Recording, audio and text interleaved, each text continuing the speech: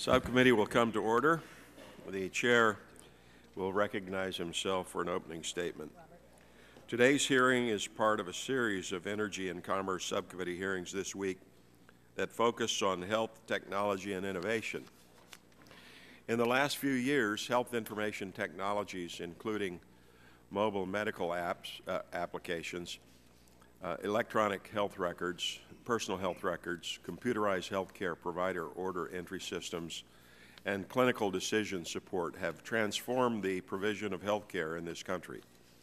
Electronic health records hold great promise for the delivery of care given and the quality of care received in this country. They have also been identified as key components of future payment reforms, such as those envisioned for medical providers under the SGR.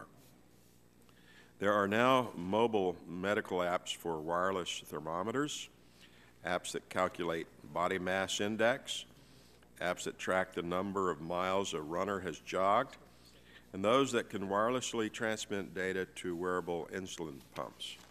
These apps can range from the complex, like mobile cardiac outpatient telemetry that uses wireless sensors, to those that allow users to count calories.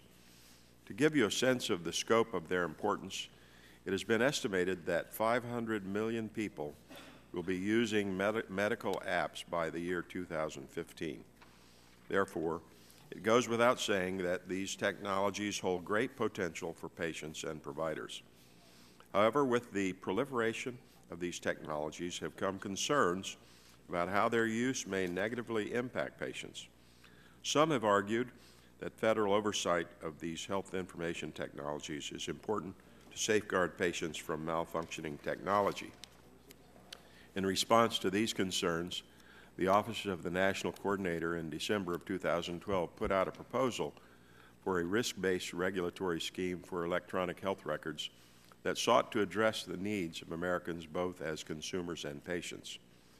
The Food and Drug Administration has also put forward a proposal in the form of draft guidance issued in July 2011, indicating its intent to regulate certain apps as medical devices under Section 201H of the Federal Food, Drug, and Cosmetic Act. While FDA's attention to the needs of patients is commendable, its action requires very close scrutiny. This subcommittee has examined in the past the negative impacts of FDA regulation, with its uncertainty, high cost, and long approval times, has had on the medical device industry. If we allow the same to happen in this space, such negative impacts could cripple a still evolving and promising industry, where the average developer is small and the cost of these apps is relatively inexpensive. Some have also raised concern that the FDA may further expand the definition of medical device in the future to include other technologies, such as smartphones or tablets, and thus the medical device tax passed in the Patient Protection Affordable Care Act could apply to them. Therefore, this hearing is an appropriate place to examine the extent to which the FDA and other federal agencies should be involved in regulation of health information technologies and what such a regulatory framework might look like. With these thoughts in mind, I want to thank our witnesses for being here today and look forward to their testimony. And no one seeking recognition, I'll close my statement and recognize the ranking member of the subcommittee on health, Mr. Pallone, for 5 minutes for his opening statement. Thank you. Thank you, Chairman Pitts. Today is an important examination of the ways in which health information technologies can benefit patients, doctors, and the healthcare system as a whole. HIT is an absolutely essential underpinning to the future of delivery and payment reform. The notion that if we can improve the coordination of care, patient safety, disease management, and prevention efforts, we can save money for the entire system is not baseless. In fact, it has the utmost merit. Modernizing our healthcare system and moving into an electronic era is part of a national conversation that is occurring and politicians of both political parties, providers, and patients all agree that HIT holds tremendous promise for improving the performance of our healthcare system in a way that will increase access, enhance quality, and indeed lower costs. That's why, as chairman of this subcommittee, I worked alongside many of my colleagues, Democrat and Republican alike, when we passed the Health Information Technology for Economic and Clinical Health Act, otherwise known as HITECH, or the HITECH Act. Together, we recognized with that bill that there was a need for the federal government to commit to expanding the use of information technology in the healthcare sector, and that its widespread adoption would have significant long-term benefits. This critical law contained unprecedented funding to promote the adoption of health information technology among hospitals, doctors, and healthcare providers through initiatives by the Office of the National Coordinator of HHS and through Medicare and Medicaid incentives. This historic investment has begun to help modernize our nation's use of technology to truly ensure a high-performing 21st century health system and in building an infrastructure of fundamental change. The truth is that we have made great progress so far, and there are even more opportunities that will be realized in the future through the implementation of this law. As a result of these programs, electronic health records, EHRs, and meaningful use of those records has increased dramatically in recent years, and we'll hear today from some of the witnesses how it's working to make life better for patients and serving as a catalyst for innovation. Now, I am afraid that my Republican friends are going to spend this day making up false stories about how the Affordable Care Act and FDA regulation is stifling innovation, how our smartphones are going to be taxed and Apple's manufacturing plants will be inspected. But I have to say, this is nonsense. The reality is the future of mobile health is very bright. In fact, there's an effort underway by the federal government to open up large swaths of data to be used by developers excuse me, to create these mobile applications. And many of these apps are designed to assist both individuals and healthcare providers in managing healthcare decisions and delivery. One industry analyst estimates that the total revenues of the mobile medical app market will grow to $26 billion by 2017. And because of the HITECH Act, this open data will be able to be networked and shared with providers to improve patient health and lower costs. But I believe, and I think all of our witnesses today will agree with me, that if a technology developer is going to make health-based claims, then there must be a role for FDA to ensure it's safe and effective. And I hope that's what comes out of today's hearing. There's a better understanding of how the successful adoption of health information technology will have a transformative effect on the quality of healthcare in the United States as well as the economy of healthcare. So I thank you all, thank the chairman, and I would yield back the balance of my time. Chair, thanks, gentlemen, and now recognize the Vice Chair of the subcommittee, Dr. Burgess, for 5 minutes for opening statement. I thank the chairman for the recognition. I am grateful to the chairman for holding this hearing, grateful to our panel for presenting to us today. The title of the hearing is fitting. As someone who's worked in healthcare, I recognize the benefit that innovation brings to patients. From the newest means to detect and diagnose conditions to the cures and diseases that once were thought untreatable, innovation has led the way to bettering the lives of patients. Healthcare innovation doesn't always lower costs, but it always holds the potential to improve the quality of life and therefore is a goal worth pursuing in and of itself. The tools that future doctors will have at their disposal will be unparalleled in the history of medicine for their ability to alleviate human suffering and improve lives. But we need to get the tools in their hands. From custom biologics to nanotechnology to the promises of the human genome, we are on the cusp of a medical revolution. The President, in an executive order, ordered federal agencies to review and remove outdated regulations. Absolutely agreed, Mr. President, but the proof really remains to be seen. The biggest impediment to innovation is the uncertainty of regulation. If the federal government thinks about regulating something, that almost always means it's planning to over-regulate. And there is the difficulty, because the lifeblood of innovation, venture capital, will be drained away from the cures that might have been. As a doctor, first do no harm. I don't want to do anything that will harm a patient.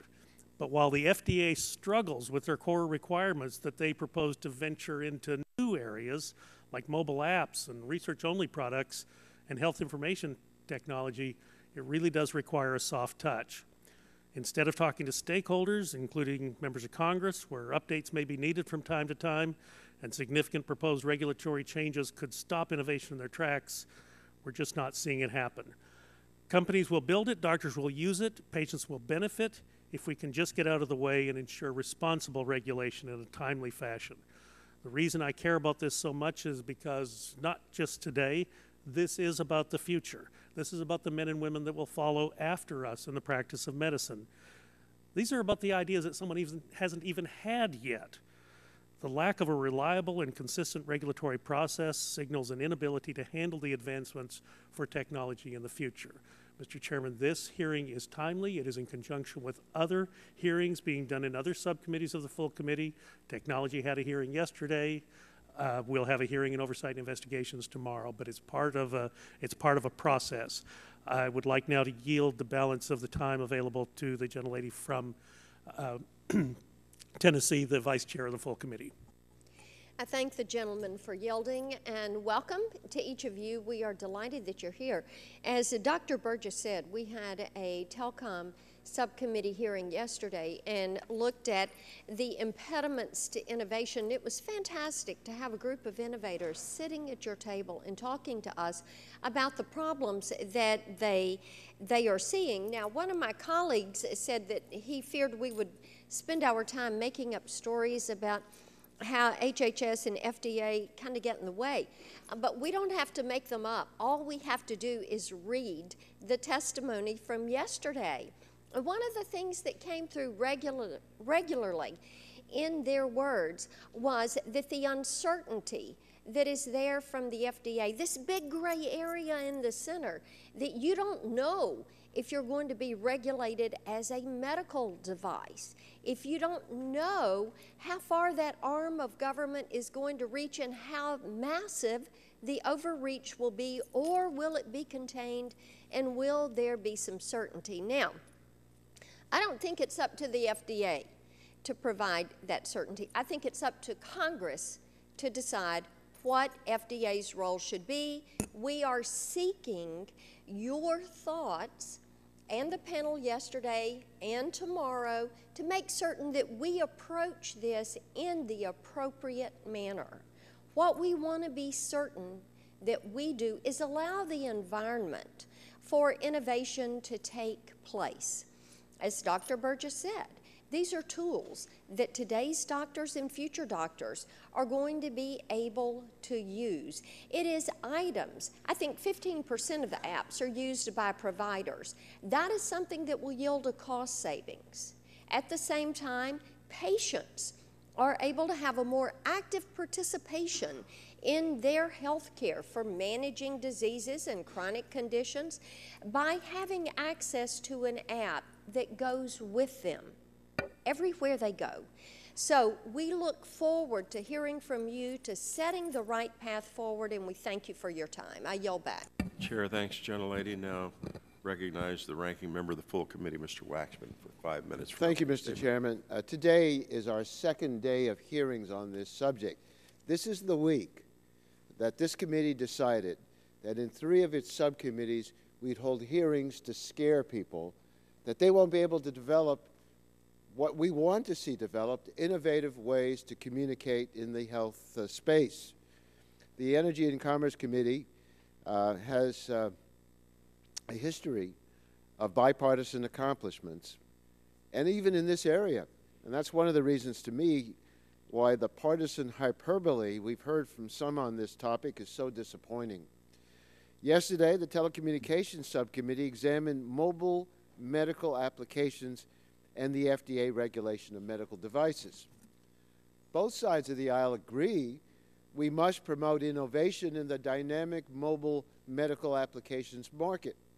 Both sides agree that it is essential for the FDA to ensure the safety and effectiveness of potentially dangerous medical devices, even if they're also connected to a mobile platform. But we spent far too much of yesterday's hearing debating an imaginary tax on smartphones, because in the Affordable Care Act, there's a tax on medical devices. So you got 2 things to worry about. If you innovate, FDA might look at it and regulate it. And two, if it's a medical device, it may be taxed. Oh, you shouldn't sleep anymore at night worrying about these problems the Republicans are dreaming up. So they said FDA is going to regulate these iPhones the same way it regulates heart valves. Well, that's a political talking point, and it's just not real. And I hope today we can focus on this committee's real bipartisan accomplishments in health information technology. In the 111th Congress, the Congress before the last one, our committee passed what was called the Health Information Technology for Economic and Clinical Health Act as part of the Recovery Act. They call this the HITECH. That's the way we do it. So we got a new acronym. This law resulted in an explosion of electronic health records and other advanced health information technology, exactly what we wanted to see. Physicians, hospitals, pharmacies, healthcare providers across the country are building an infrastructure network as important to our nation's future as the interstate highway system. It's just like the construction of the interstates. Building this infrastructure is challenging. Hundreds of thousands of physicians, tens of thousands of hospitals, clinics, pharmacies are going to connect to this network, and HHS has made a lot of progress by engaging a wide variety of stakeholders and driving coordination without mandating a one-size-fits-all solution. So we're trying to develop the ability technologically to communicate. And it's an ambitious goal. A seamlessly connected health information infrastructure protects privacy while demanding the highest quality, most efficient care. We haven't reached that goal yet, but I believe we're on track to get there. So given our enormous progress, it would be rash and unwise to turn back now. This is worth doing. Similar to the health IT, our approach to mobile health applications has to strike the correct balance between innovation and patient safety. Well, we had that hearing yesterday where we made it was clear that FDA wouldn't take mobile apps and regulate mobile apps, even if they had information on general health and wellness, and even if it functioned as an electronic health record system. I think it's wise. We shouldn't regulate this in any way as a medical device. But if you had something on your iPhone that purports to help diagnose skin cancer or congenital heart defects, well, you got to have some appropriate regulatory scrutiny. You get a lot of false positives, you get false negatives, people are being confident in these devices, and we better know whether you can be confident in these devices if they're going to tell you that a mole, don't worry about it, it's not cancerous, when in fact it could be melanoma. We don't believe in this country that buyer should beware. Well, my colleague said Congress should act. Congress has acted. And in fact, when we had the Medical Device User Fee Act in the last Congress, we specifically rejected in that bill a moratorium on FDA's use of its authority over medical devices that happen to be implemented as mobile applications. And my last point is, even if it's regulated as a medical device, it's not going to be charged with a tax. That tax only goes to certain kinds of devices. So don't be scared. Look at the law, look at the reality, and don't listen to the political rhetoric, which this week has been orchestrated very carefully by my Republican colleagues. Yield back the balance of my time. Chair thanks the gentleman. That concludes our opening statements. We have one panel today. I'd like to thank our distinguished panel of experts for providing testimony today, and I will introduce them at this time. First, Dr. Joseph Smith, Chief Medical and Chief Science Officer, West Health Institute. Secondly, Ms. Christine Bechtel, Vice President, National Partnership for Women and Families. Third, Mr. Jim Bialik, Professor of Public Policy, Georgetown Public Policy Institute. Fourth, Dr. Jacqueline Midas, Senior Vice President, Clinical Development and Strategy, McKesson Health Solutions. And finally, Dr. David Klassen, Chief Medical Information Officer, Pascal Metrics, Associate Professor of Medicine and Consultant in Infectious Diseases, University of Utah School of Medicine. Thank you all for coming this morning. You will each be given 5 minutes to summarize your testimony. Your written testimony will be entered into the record. Dr. Smith, we'll start with you. You're recognized for 5 minutes for your opening summary. Chairman Pitts, Ranking Member Pallone, and members of the subcommittee, thank you for the opportunity to testify today. I'm Dr. Joseph Smith, Chief Medical and Science Officer of the West Health Institute, a nonpartisan, nonprofit applied medical research organization dedicated to lowering the cost of health care for public good by research and development of innovative, patient-centered solutions. Our nation's healthcare system is in dire need of dramatic change. As we lead the world in healthcare spending, lag many of our peer nations in critical health outcomes, and face into a growing aging population and a tsunami of chronic disease with a relative shortage of physicians, it is difficult to overstate our challenges. But suffice it to say that our healthcare delivery system is exceeding both our nation's budget and our providers' bandwidth without yet meeting our patients' needs. We see an enormous opportunity to use information technology, device innovation, mobile and wireless technology, and smart and learning systems to both transform healthcare delivery and create empowered, informed consumers of healthcare. Healthcare must be allowed and encouraged to rapidly evolve using the same innovations that have already revolutionized banking, education, retail, computing, photography, and communication. We must take proactive steps to assure that those technologies that have enabled a revolution of decentralization, democratization, automation, and personalization in other aspects of our lives and our economy have the same beneficial impact on healthcare. To enable this transformation, 3 elements appear required.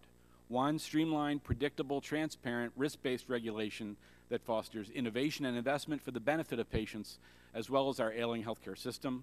2, a proactive regulatory and reimbursement stance on true functional interoperability, not only EHR interoperability, but specifically medical device interoperability to create an integrated, fully coordinated web of patient-centered healthcare technology. And 3, reimbursement policy that aligns stakeholder incentives and drives adoption of appropriate technology to improve safety, efficiency, and cost of care. At this point in time, when healthcare is truly a burning platform, we need to stimulate innovation and experimentation. This requires a clear, consistent, and timely approach to regulation. Outside of healthcare, we've witnessed a revolution in information, communication, and device technology driven by innovation and investment, all encouraged by a predictable regulatory posture. Within healthcare, however, we have yet to fully exploit the potent intersection of these technologies. With respect to medical apps, while we have witnessed an explosion of innovation in the health and wellness applications, we have seen relatively little activity in the critically important but more heavily regulated areas of remote monitoring, diagnosis, and treatment of those chronic diseases that burden patients and make up the lion's share of our healthcare spending. And for medical apps and clinical decision support, it's an open question whether the existing medical device regulatory framework can be sufficiently modified to provide the applicability, clarity, predictability, and timeliness required. The FDA's draft guidance on mobile medical apps offered some improved clarity, but still describes significant areas of regulatory discretion, and now after lengthy delay without becoming finalized, has left an industry in limbo. And going forward, considering the frequency with which both general app user interfaces and medical treatment guidelines used in clinical decision support algorithms are routinely updated, the prospect of having all such changes subject to the complex regulatory process for medical device revision seems more than daunting. Whatever the process, we must drive regulation at the pace of innovation and not vice versa. The second priority is to use regulatory and reimbursement policy to encourage true functional interoperability of information systems and medical devices. Healthcare needs to exploit a truly connected and coordinated net of technology that can be seen as originating at the patient with those surrounding or even implanted medical devices, with seamless sharing of relevant information among all such devices and the background EHR. The current lack of such true functional interoperability results in safety hazards and inefficiencies that we do not tolerate in other less critical areas, and it creates additional barriers for new innovative entrants. Standards-based interoperability allows the information required for commerce and banking and communication and education to move at the speed of innovation. And yet, when it comes to our healthcare, information is stuck in multiple non-communicating silos as life-saving devices are forced to work independently despite being inches apart, all in service of the same critically ill patient. Today, we released a study illustrating that true functional medical device interoperability not only brings improvements in patient safety and efficiency, but may also result in savings of more than $30 billion annually. Established labeling for medical device interoperability and inclusion of such stage 3 meaningful use could encourage adoption of such functional interoperability for patient benefit and healthcare savings. The third priority area is regulation and reimbursement policy that promotes aligned incentives. Reimbursement systems that disproportionately reward hospital-based procedures over office-based procedures or face-to-face encounters over remote encounters need to give way to reimbursement based on outcome, not location, and value, not volume. Only in this way will we unleash the power of information, communication, and medical device technology. In closing, the West Health Institute believes that streamlined, predictable, transparent, risk-based regulation, a proactive regulatory and reimbursement stance on medical device interoperability, and realistic and actionable policy to align stakeholder incentives can help to unleash a needed and long overdue transformation of our healthcare delivery system to allow it to sustainably address the needs of today's patients and meet tomorrow's challenges. Thank you very much. Chair thanks the gentleman. Now recognizes Ms. Bechtel for 5 minutes for an opening statement. Good morning. I'm Christine Bechtel with the National Partnership for Women and Families. We are a nonprofit, nonpartisan consumer advocacy organization. I also serve on the Federal Health IT Policy Committee. I am honored to speak today about how the EHR incentive program, commonly known as Meaningful Use, is catalyzing fundamental change in our healthcare system and advancing innovation. Almost 3 years ago, before this same subcommittee, I shared a story of Susan Croson, and she is a family caregiver from Maryland, and she cared for her father, Pop.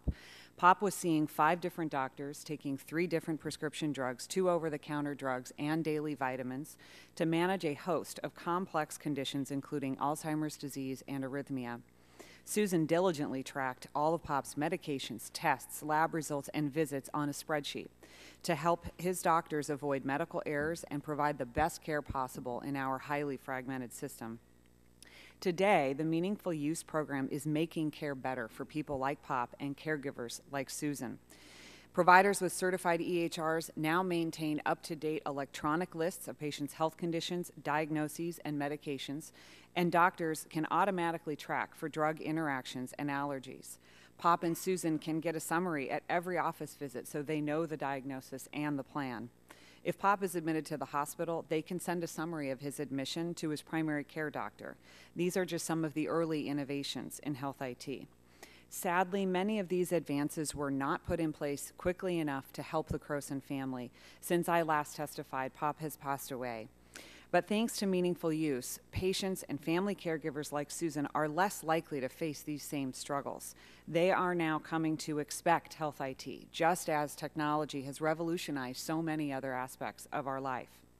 Indeed, the arc of adoption has surpassed our expectations. At the last subcommittee hearing in 2010, we wondered if incentive payments would be effective drivers of EHR adoption. We asked if providers would be able to achieve meaningful use. Federal officials then offered a high-end estimate of 53% of office-based physicians would adopt EHRs by 2015. But as of this February, 2 years before the 2015 projection, CMS reports that 40% of eligible professionals have already completed phase 1 of meaningful use, either in Medicare or Medicaid, and more than 70% have registered for it. Hospitals have been even more successful. 70% are already meaningful users and 85% have registered. But there is much more work to do. To foster continued innovation, we must deploy a wider array of standards through HHS's certification program, which has been essential to breaking down technical barriers to the secure sharing of health information. It is this federal leadership, which occurs in collaboration with the private sector, that is critical to innovation. We also need new approaches to payment that move us beyond fee-for-service and create a business case for care coordination and improved health outcomes. This can only be done by rewarding quality and value over volume. But we simply cannot measure and reward this kind of care without health IT. Even within these limitations, though, advancements in standardization spurred by the meaningful use regulations are catalyzing innovation. So, for example, Medicare and the VA implemented a feature called Blue Button that allows individuals to securely view and download their health information online. And this innovation is making a world of difference for people like Beth Schindel, who cares for her father, William Graves. With his permission, Beth went to mymedicare.gov and downloaded his health information when he was in the hospital. The data from Blue Button showed that he had more than 63 providers caring for him over the course of 4 hospitalizations in the last year and a half. And she told me last week, quote, "Having the data in my hands during his hospitalization allowed me to prevent the hospital from erroneously placing him on Coumadin, which is a blood-thinning medication, and he had stopped taking that 2 years ago. I am so thankful that I did. Within hours of discharge, he fell and he suffered severe head and arm lacerations that would have been life-threatening had he been on Coumadin and would have resulted in a readmission within just 5 hours of leaving the hospital. Bluebutton is a simple yet powerful innovation that will help consumers play a critical role in promoting safer, more affordable, and more coordinated care. For this kind of innovation to accelerate, the challenge before us is to ensure that every provider in the country has health IT. We must expand the Meaningful Use program to connect other providers like long-term care, behavioral health, and home health. No other program in history has done this much, this quickly, to advance the adoption of health IT. And I am confident that along with payment reform, it will result in better care at a lower cost. Thank you. Chair thanks the gentlelady and now recognizes Mr. Bialik for 5 minutes for an opening statement. Chairman Pitts, Ranking Member Pallone, members of the subcommittee, thank you for the opportunity to testify on this important issue. And thank you, Mr. Pitts, for the promotion, but I'm actually the executive director of the Newborn Coalition. We're a all-volunteer organization that came together to promote the development and use of mobile apps and technology in newborn and infant health. The catalyst for our beginning was the birth of a baby named Eve, who at 40 hours old was diagnosed with a critical congenital heart defect, the most common birth defect in the U.S., affecting nearly 1 in 100 births. Had it not been for an attentive nurse, Eve would have been discharged with a partially formed heart. While a simple screening tool, pulse oximetry, exists to identify these conditions, there is still no national requirement for routine screening. Her mother, our co-founder, started a crusade to ensure that babies like Eve would never again be sent home without first being screened. We estimate that since our efforts began, the number of babies screened for heart defects in the U.S. has increased by 4,500%. To date, we have aided in the drafting of legislation in 23 states and the enactment of 9 laws. The first was in New Jersey, where a baby was identified with a heart defect before discharge on the very first day of screening, and most recently in California. We're very proud of these numbers, but we have learned that it's not enough just to screen, but we also have an obligation to accommodate the lifelong needs of those diagnosed by the screening, and consumer technologies such as mobile apps play an important role in fulfilling that responsibility. It is important to remember that of the more than 4 million babies born in the U.S. every year, the majority aren't born in advanced cardiac surgery centers. They may be sent to several hospitals, be seen by more than a few doctors, be given a number of medications, which in today's less than interoperable healthcare system means mom and dad will be responsible for managing and reconciling most of this information on the best and worst day of their lives. After leaving the hospital, babies can be monitored continuously from home using a pulse oximeter. These babies are special because they have heart defects, but they're still just babies, and their parents are still exhausted. So what do parents do? They use the same smartphone or tablet that they use to manage all of their other important information. Families and providers have come to rely on mobile apps to allow them to capture readings from remote monitoring devices. This means less time having to focus on being a nurse and more time available to be a parent. The availability of these technologies has created a revolution in how we interact with our data and engage in our health, but it has also created legitimate safety concerns that must be addressed. However, the FDA draft guidance, as written, would seemingly attempt to regulate the future of healthcare technology as a standalone medical device. In my written testimony, I have laid out a model for a risk-based framework that very intentionally delineates between health information management apps and actual medical devices. Applications and the platforms that support them have the ability to integrate and interoperate with any device that will allow it. Consumer demand for integrated technology solutions will drive the market to a wholly interoperable system that can be accessed at any time, anywhere, and by any device. And we'd be foolish to believe that this integration will happen and will not include health information. Consumer technologies have evolved to leverage the internet to share data, including with medical devices, functionally eliminating the difference between being on a network and physically linking devices with a cord. As a result, we need to be thinking about the regulation of technology differently. What we need is a new patient-centric, risk-based regulatory framework for evaluating health technologies that is flexible enough to regulate what we are using today and adaptive enough to accommodate the technologies that have yet to be conceived. I know the concept of a new regulatory process is daunting, but an existing framework does not create the certainty that the emerging healthcare technology marketplace needs to flourish.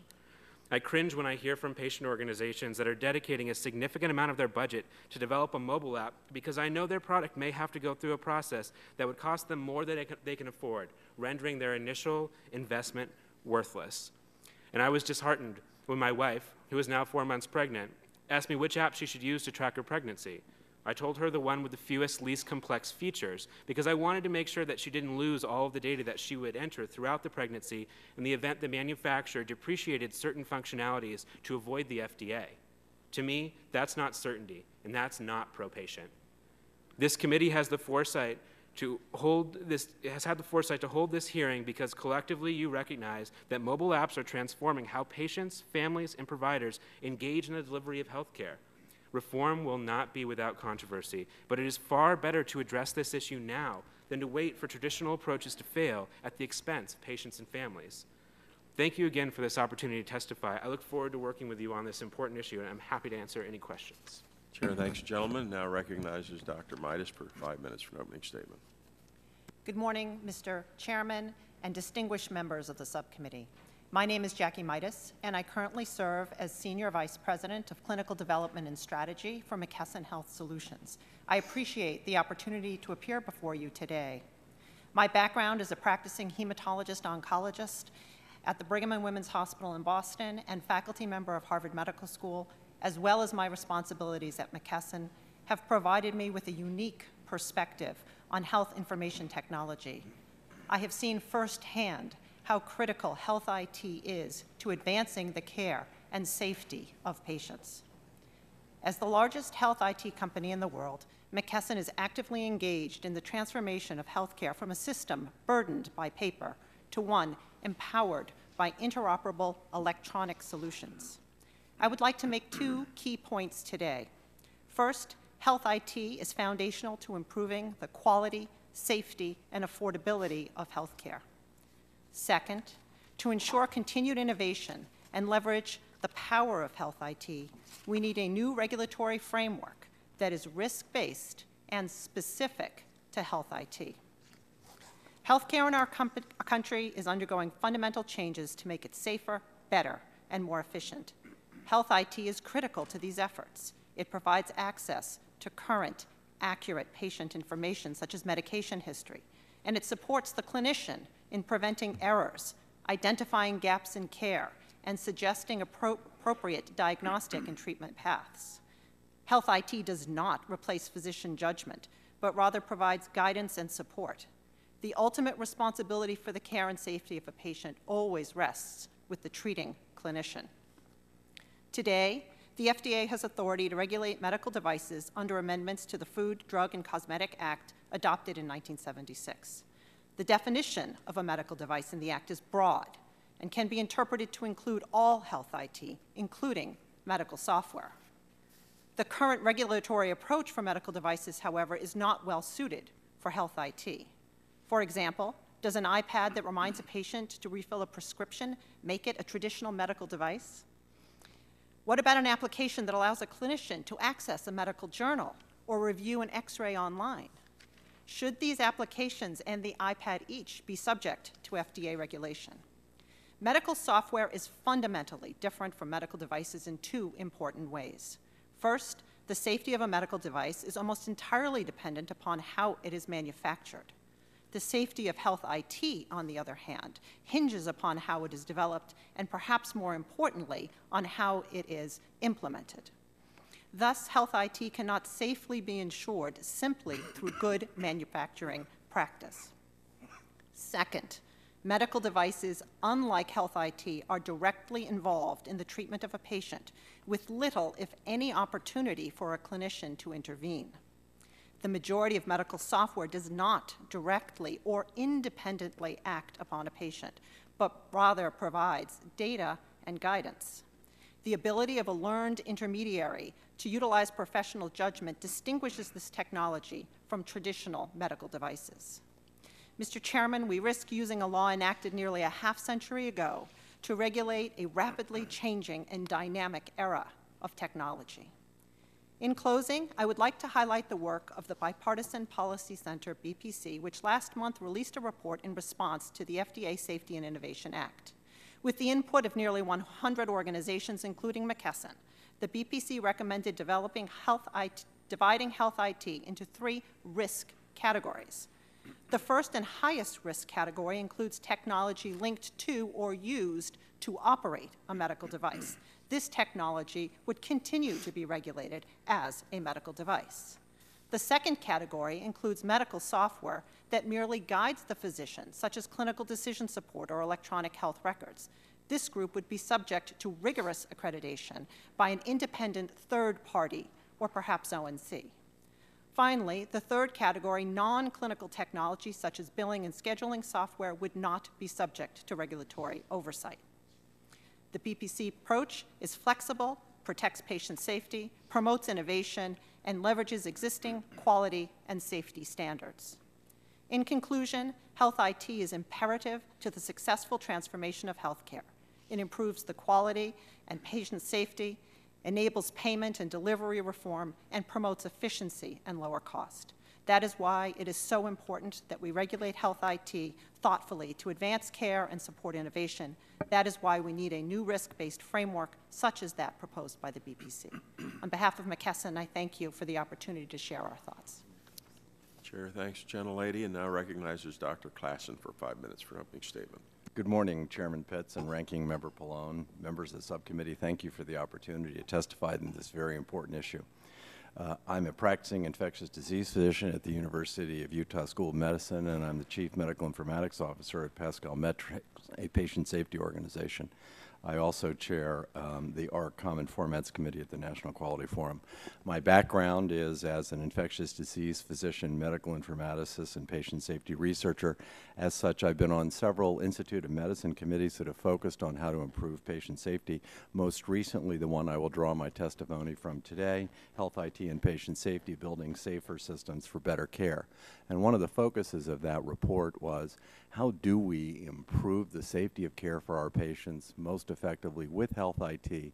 How do we do it in a way that doesn't injure our patients or harm them?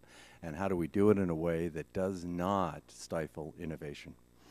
From that report, we looked back to the original To Err Is Human report from the Institute of Medicine that suggested that as many as 98,000 lives a year are lost due to medical errors.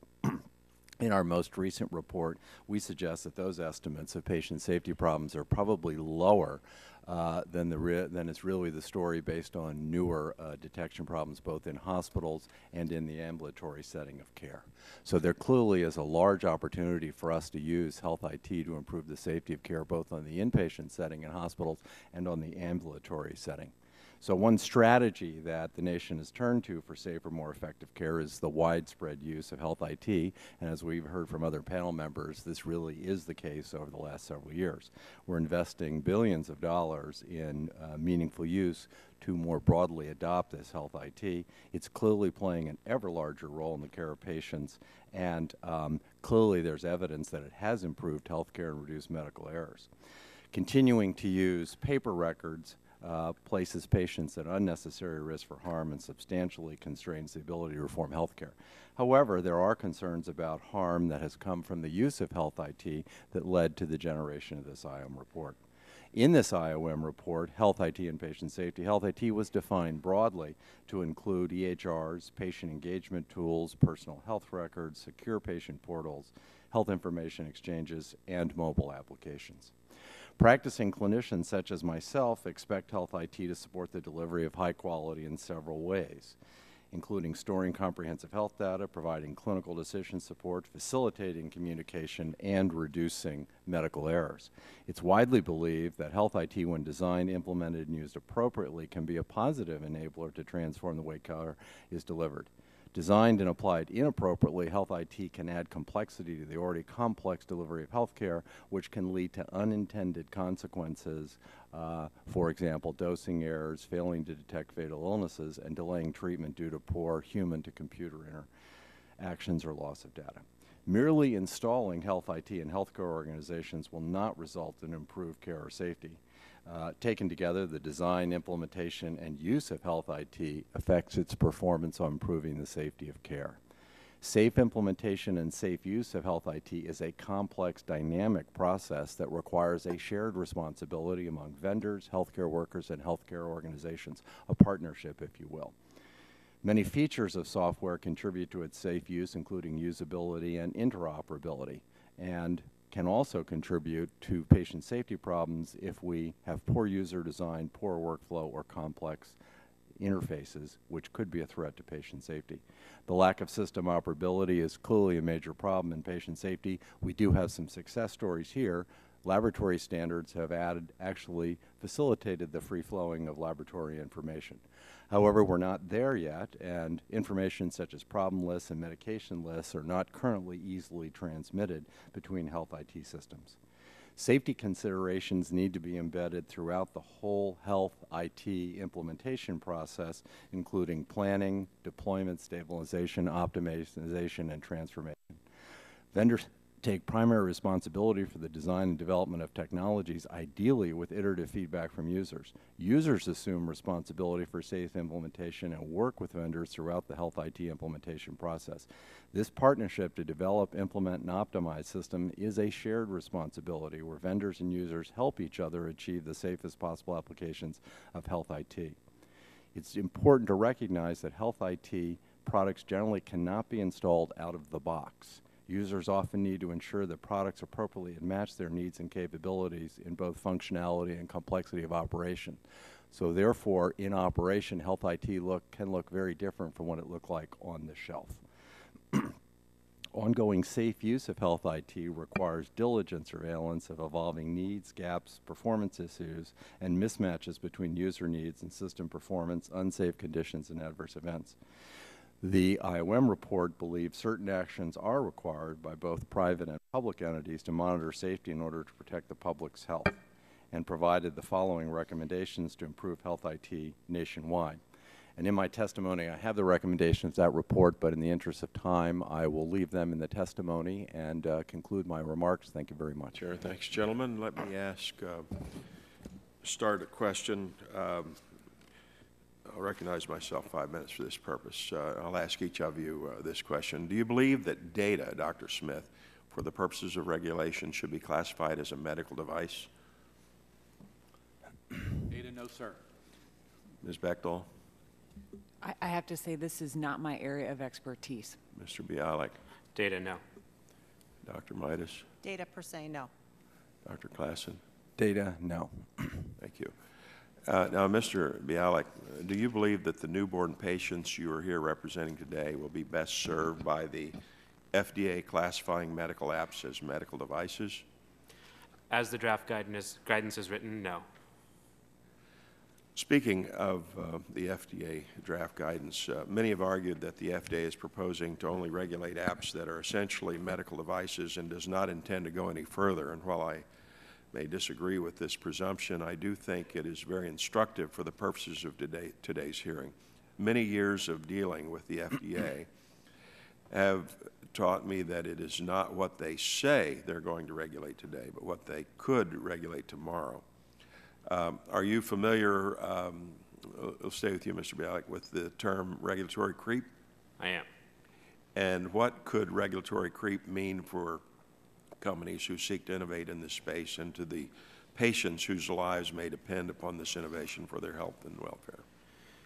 The draft guidance, as it was written, I think refers or relies on terminology like an app that even now is a little bit outdated.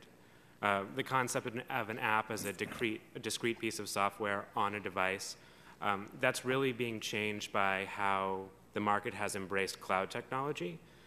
The idea that you would have a discrete piece of an app or software that is one little piece, that's different now when an app is also the browser on your smartphone. These technologies are becoming platform agnostic, and so how do we talk about that in reference of, you know, when the draft guidance was written, even the definition of an app has changed during this time. So the idea that we can regulate an app, but these apps are expanding, we need to have a clearer lines as to how these things are, where the regulation is going to stop. Okay, well, let me ask, and each of you can respond. Do you believe the FDA has the expertise to regulate medical app technology, and do you foresee them gaining that expertise in the foreseeable future? Let's just start and go down the line. Dr. Smith. I think it's to a point in my testimony, making sure that regulation moves at the speed of innovation. I think it's quite challenging for the FDA for many reasons to stay as current as possible on those things which are simply just emerging. And so the simple answer to your question is no. I think the opportunity for external expertise needs to be exploited much more thoroughly than it has been to date. Mr. Bialik? I think that the FDA absolutely has the experience and knowledge in-house to evaluate apps that are actually medical devices. When it talks about just some of these apps that are connecting, sharing information on networks, then no, they don't have the regulatory expertise in-house. Dr. Midas? Concur with my colleagues. Today, the FDA plays a very, very important role in healthcare. McKesson has many solutions that are regulated by the FDA, whose expertise really is in the regulation of medical devices. Health IT, we believe, it really requires a different paradigm that is not well suited to the current infrastructure and process under the FDA. It's less about the organization and more around the process. Dr. Klassen? Just citing from the IOM report, the IOM said that if the FDA were to get further involved in the oversight of HIT beyond medical devices, a new framework to do that should be created. Okay, now, Mr. Bialik, can you share any real-world examples of patients' lives being changed through the application of new medical technologies? Absolutely. I think, from my own experience that I can talk to with our spread of legislation around congenital heart defect screening, like I said, not everybody's born in a city center. So access to some of these remote home monitoring devices is very functional. Not only that, but the telemedicine capacity that we are seeing, especially through some of these devices, has really expanded. It's, someone said in the hearing yesterday, it's the new house call, and that's absolutely true. We want to keep making sure that these devices are getting to the patients that need them. My time's expired. Chair recognizes the ranking member 5 minutes for questions. Thank you, Mr. Chairman. I wanted to ask questions of Ms. Bechtel. You testified before the subcommittee in July 2010 in the early days of the HITECH Act and the Meaningful Use Program, and at that point, the program was just getting off the ground, and we heard estimates from CMS that between 21% and 53% of eligible providers would adopt EHRs by 2015, and we've come a long way since then. As of February 2013, 2 years before the 2015 deadline, CMS data shows that more than 70% of eligible providers have registered, and nearly 40% have already successfully completed the first phase of meaningful use. The data for hospitals is even more promising. 85% of those that are eligible have registered, and more than 70% are meaningful users today. So, Ms. Bechtel, these adoption rates have exceeded expectations, if you would, confirm or talk about that. And are we just seeing providers purchase an EHR to check a box, or we're actually seeing real meaningful use? And then finally, other than adoption of EHRs, what other signs of progress do you see? I'll throw those all into one question. Great, thank you so much, Congressman.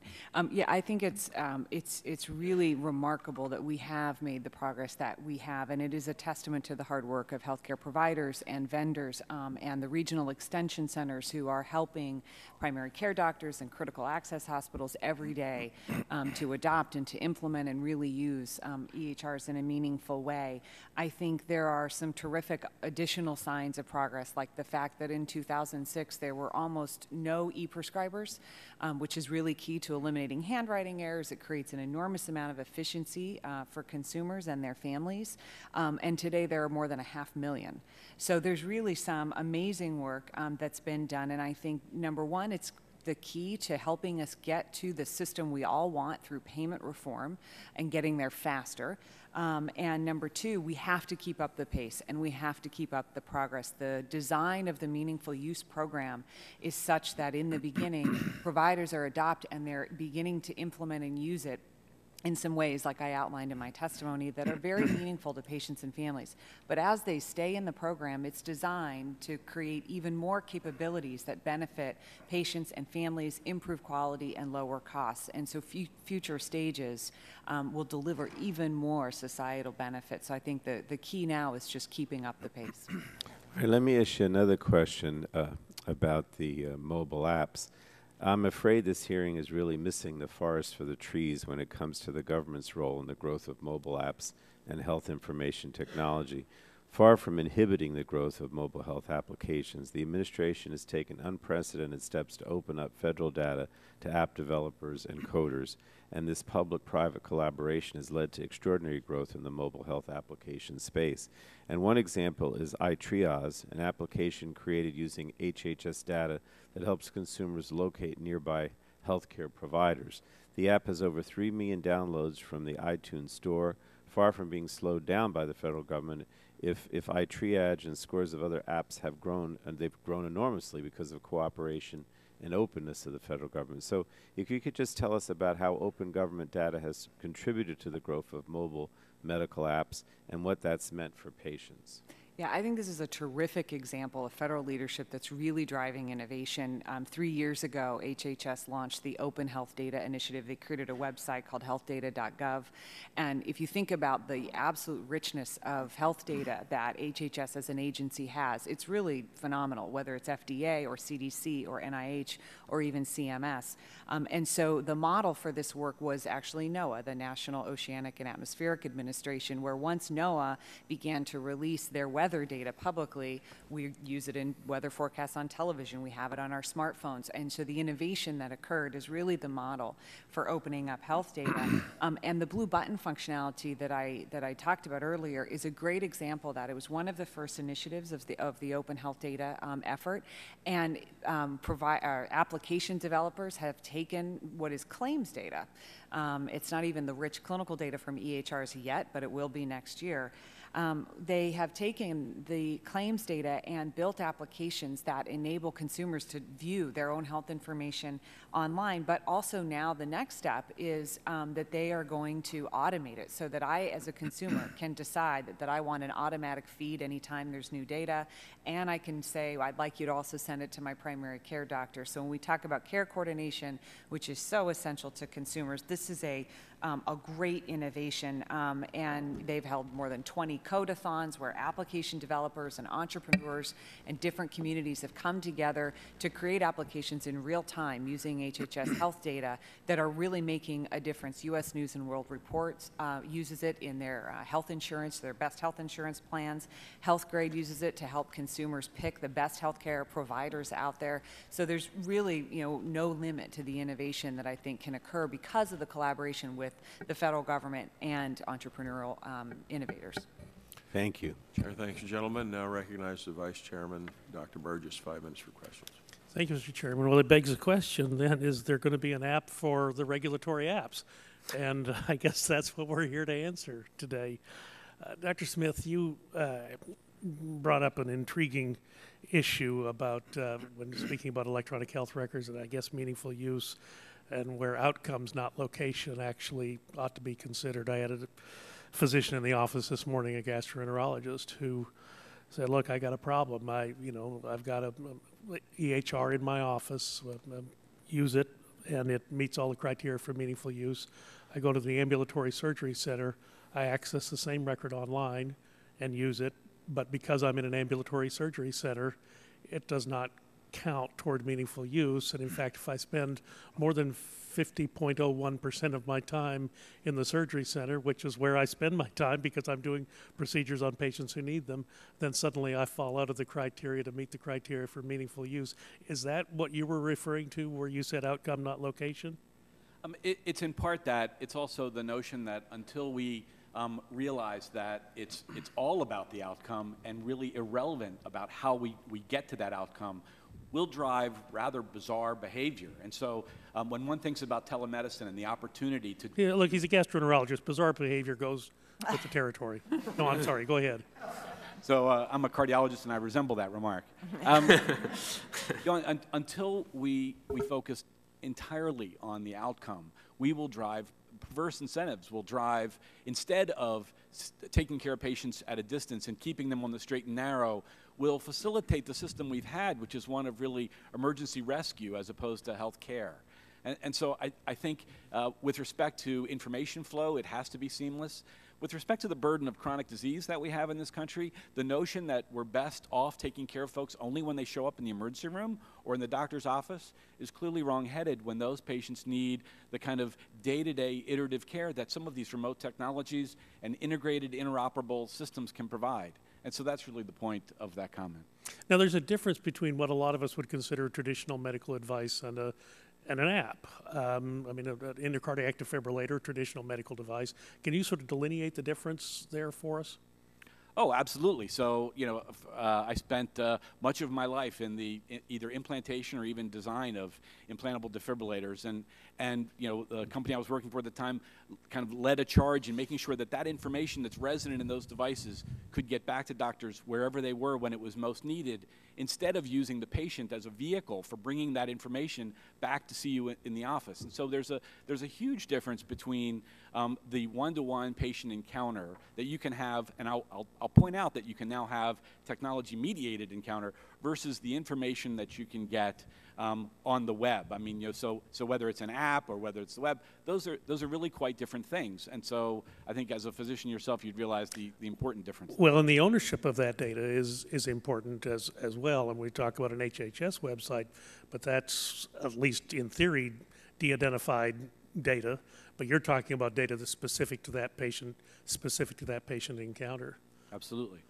Dr. Midas, I was fascinated by your testimony. I remember a few years ago in the middle of the chaos of the Haitian earthquake, I was either on CNN or reading a Time magazine article where a doctor who was not an OB doctor was helping take care of a pregnant woman after the earthquake. She had a hypertensive crisis.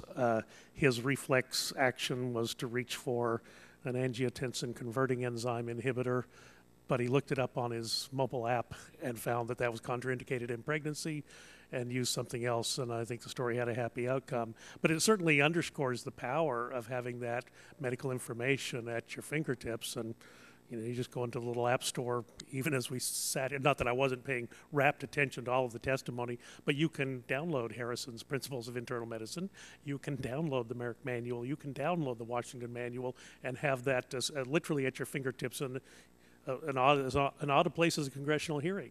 So how does the regulatory environment affect that? Well, I completely concur that health IT has really revolutionized our ability to provide timely and safe care to patients in ways that we could never have envisaged even 10 years ago. That power of technology enables us and is very different than a medical device, I believe, though there is an important distinction to return to your prior question. A device, in our mind, sits directly connected to a patient and has automation that allows it to independently act upon that patient. It's really replacing that human judgment. Whereas a physician who intervenes and accesses medical guidelines, such as a textbook online, or receives an alert to potentially prevent a fatal drug interaction, is allowed to use their own common sense and judgment, and that's fundamentally different than a device. But the FDA looks at it as decision support, so therefore it is open to regulation. Is that correct? That is our understanding, and we believe a risk. Okay. Thank you, Mr. Chairman. I'll yield back. Chair, thanks, gentlemen. Now recognize the ranking member of the full committee, Mr. Waxman, for 5 minutes for questions. Thank you very much, Mr. Chairman.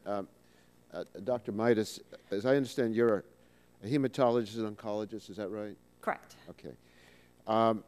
So let's say you had software that claims to diagnose a mole and whether it's melanoma or not. Do you think the FDA ought to regulate that?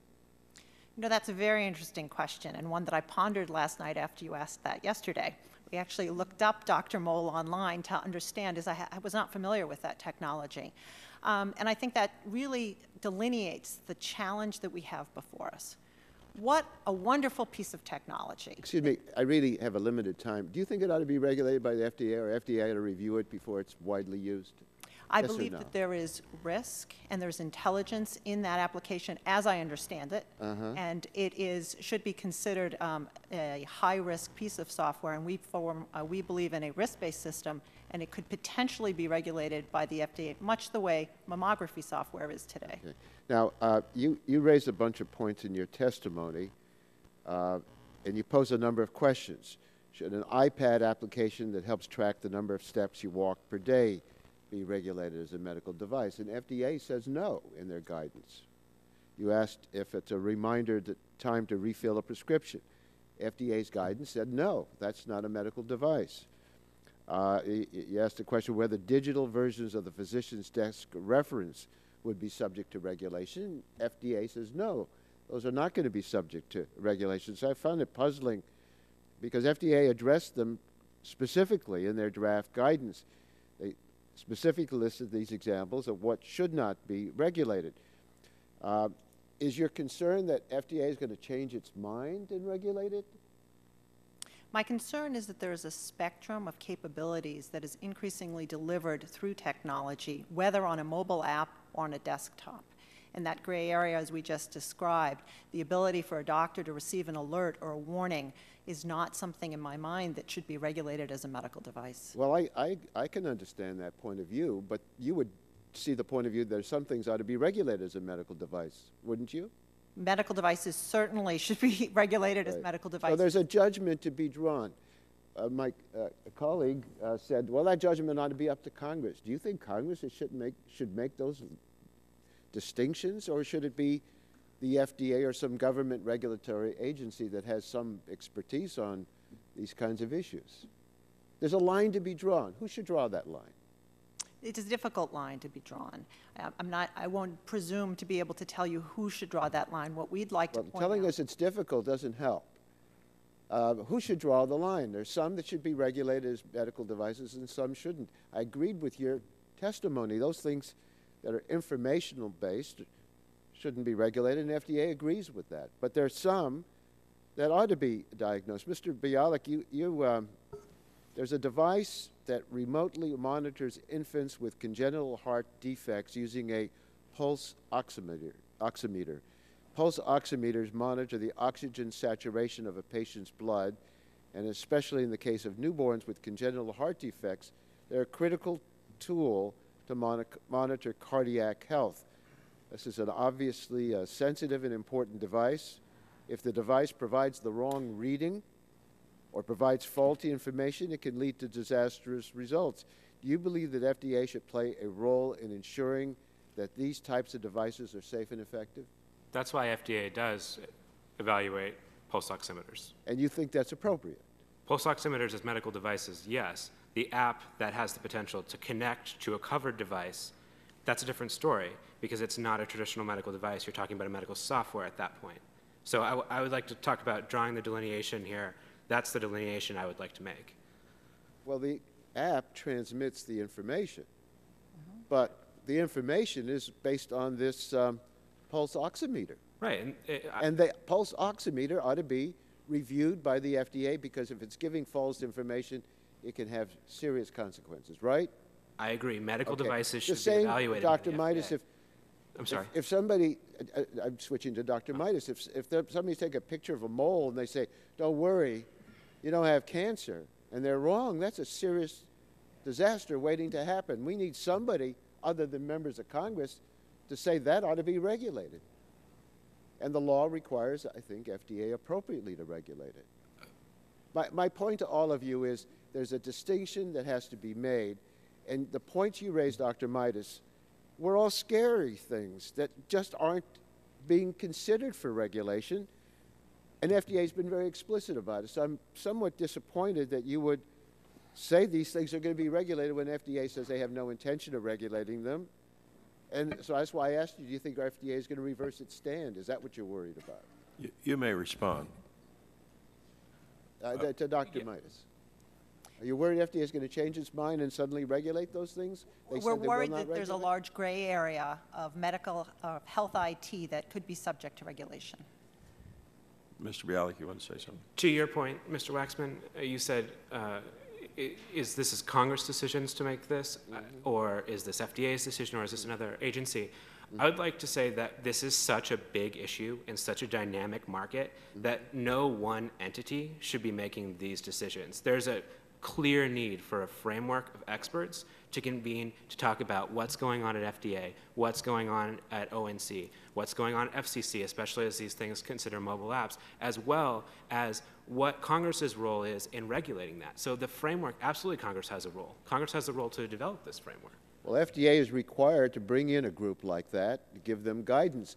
But if you're giving an amorphous group to look at it, with nobody having clear responsibility, nothing is going to happen. And that's a very dangerous thing if a device can do harm. My time Chair is- thanks is, the gentleman and expired. recognize the gentleman from Illinois, Mr. Shemkus, for 5 minutes. Thank you, Mr. Chairman. I enjoy following Mr. Waxman, who is obviously very thoughtful. We had part of this debate yesterday in the other hearing. And I think, and I'm going to go off script just because of Mr. Bialik, on this pulse oximeter, I'm not a healthcare guy, but I did read it in your testimony. Your point is that that device is attached and monitoring.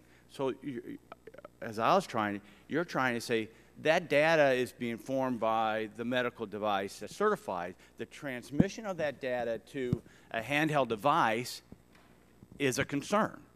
Yes. Especially if it gets classified as a Tier 3 medical device. Absolutely. What happens if it gets classified as a Tier 3 medical device? It would be evaluated as such through the FDA process. And what else happens to it? It gets pulled off the market. It has to go through an entire process. I mean, And what else happens to it? It gets a big freaking tax on it. You know? A gross tax, not a net tax. So, anyway, it's always exciting to be in this committee with my friend from California. Because we talked about the chips in the shoes, too.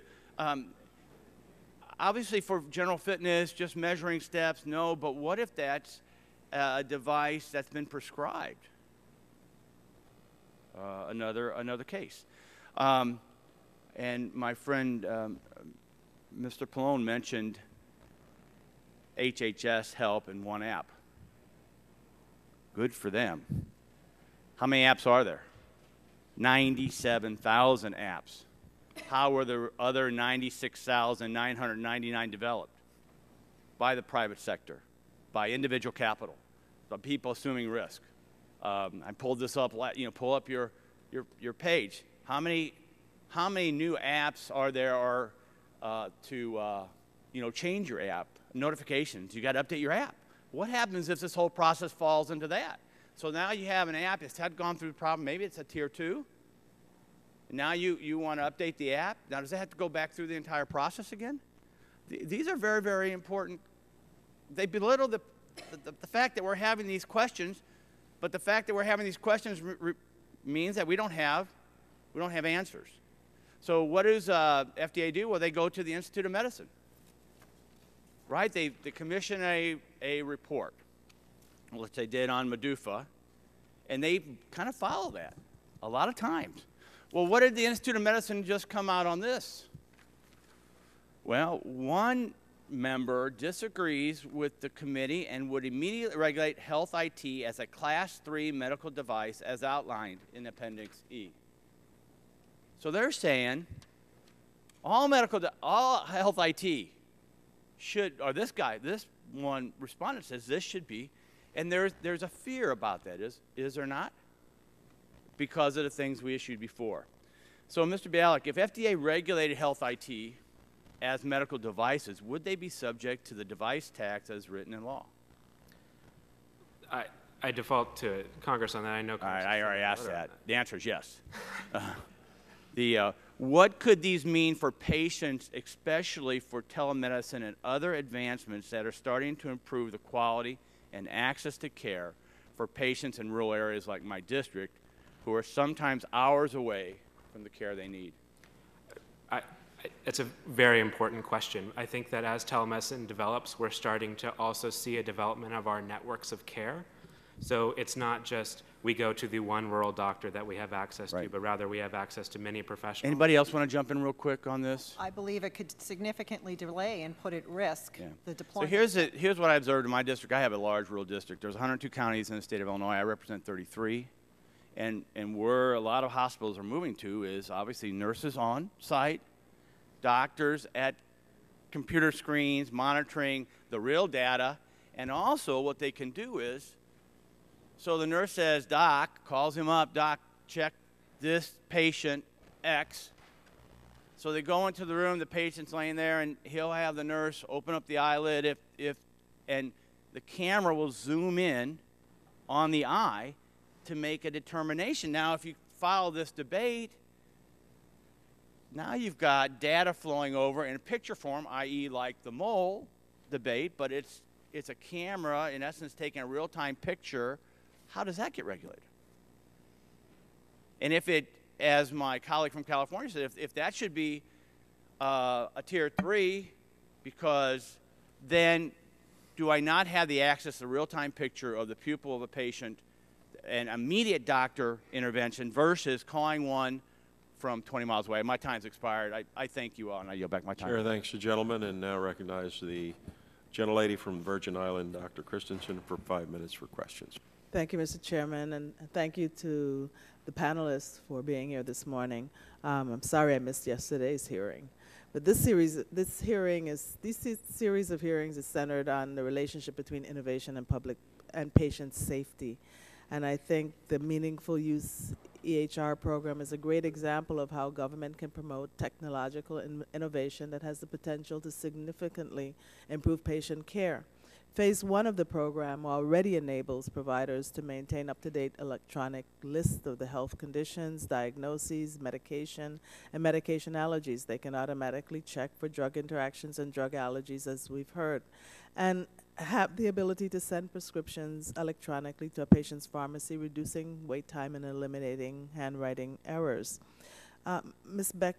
Bechtel, can you give us some more information about how electronic health records are already helping to improve patient care and how future phases of Meaningful Use advance our ability to improve that care? And would you add into your answer how HIT, the role that it can play in eliminating health disparities? Absolutely. So let me start with health disparities, because I actually think that that's one of the ways that the Meaningful Use program is making a real difference for patients and families. In the first stage of Meaningful Use, there were a couple things that were really important to health disparities. One was collecting better and more granular data about race, ethnicity, language, and gender, because those are categories where we see vulnerable populations and the greatest amount of health disparities, as you know. And so we have now created the ability to collect information like that in a standardized way. And when you do that in a computer system, you can then stratify other information by those data types to identify disparities. And the first step in eliminating them has to be identifying them. We also created the capability for electronic health records to report quality measurement, and which is key to payment later. And so the ability to look at the kind of care that you're providing for different populations that you are serving is really instrumental, and that was not standardized prior to Meaningful Use. In future stages as well, we're going to see things like a population health dashboard that's going to allow you to look at multiple populations. My hope is that, well into the future, we'll see things like more advanced intelligence systems that will look for disparities that we didn't even know to look for example. So there are some really terrific things. I think I would say that in terms of what's happening today, already right now, the Commonwealth Fund, an independent organization, looked at several different hospitals, and they concluded that health IT adoption has led to faster, more accurate communication, streamlined responses that have improved patient flow. It's reduced duplicative testing and sped up responses to patient inquiries, and that's been, really phenomenal. Yesterday, there was a study released by the Quest Collaborative, which Premier leads, and it is really an indication of what can happen when you blend not just the health IT infrastructure that the Quest hospitals have, but the quality measurement and the public reporting and the payment and all of these things that are have bipartisan support. They saved 92,000 lives and $9.1 billion over 4.5 years. Let me try to get another question in.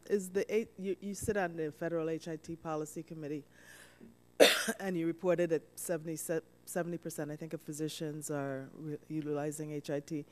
But have you seen the adoption in minority practices in rural and poor communities? And if so, if not, is that a concern? And is the committee doing anything to address that? Yes, so, and I think that's also a great question for federal officials tomorrow as well, but yes, we are. So 40% of rural primary care providers are working with regional extension centers and are therefore more likely to achieve meaningful use, so that's really good news. In terms of providers serving vulnerable populations, many of them will receive payments under the Medicaid program, and every state has in fact designed and has begun to implement their programs, and that's really the first step to make sure. So I think there's very good news, but it is something we must continue to monitor. Okay, thank you. I guess I'd yield back the balance of my time. I don't. Chair, thanks, gentlelady. Now recognize the gentleman from Texas, Mr. Hall. 5 minutes for questions. Mr. Chairman, I'll not use part of my time thanking you for bringing this up. It's something I'm very, very interested in. I would ask Mr. Bielek, I guess, I hope I pronounced it right, and I don't believe anyone's got around to the newborns.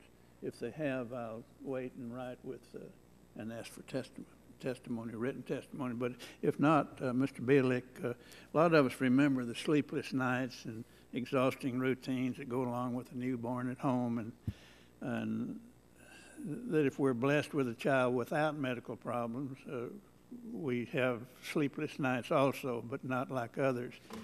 Can you share with the committee the additional challenges and our stresses, medical problems, and how technology can be utilized to make their lives better? Or, let me shorten it, how do you envision mobile medical technologies devices being used to improve care for newborns?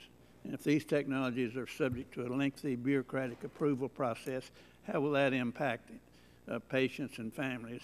Because if they apply or register when they're newborns, they won't be newborns when they get around to them. Sure. Thank you for the question. Babies with congenital heart defects are super users of the healthcare system. They're not only going to be using imaging services very early, they're going to need, in critical cases, either immediate intervention, maybe surgically, and then follow-up care with additional imaging throughout their lives. Now, it happens to be that, like I said, not all babies are born in advanced cardiac care centers. They're not all born in coordinated care environments. Half of births in many states are Medicaid births as well, so care can often be fragmented.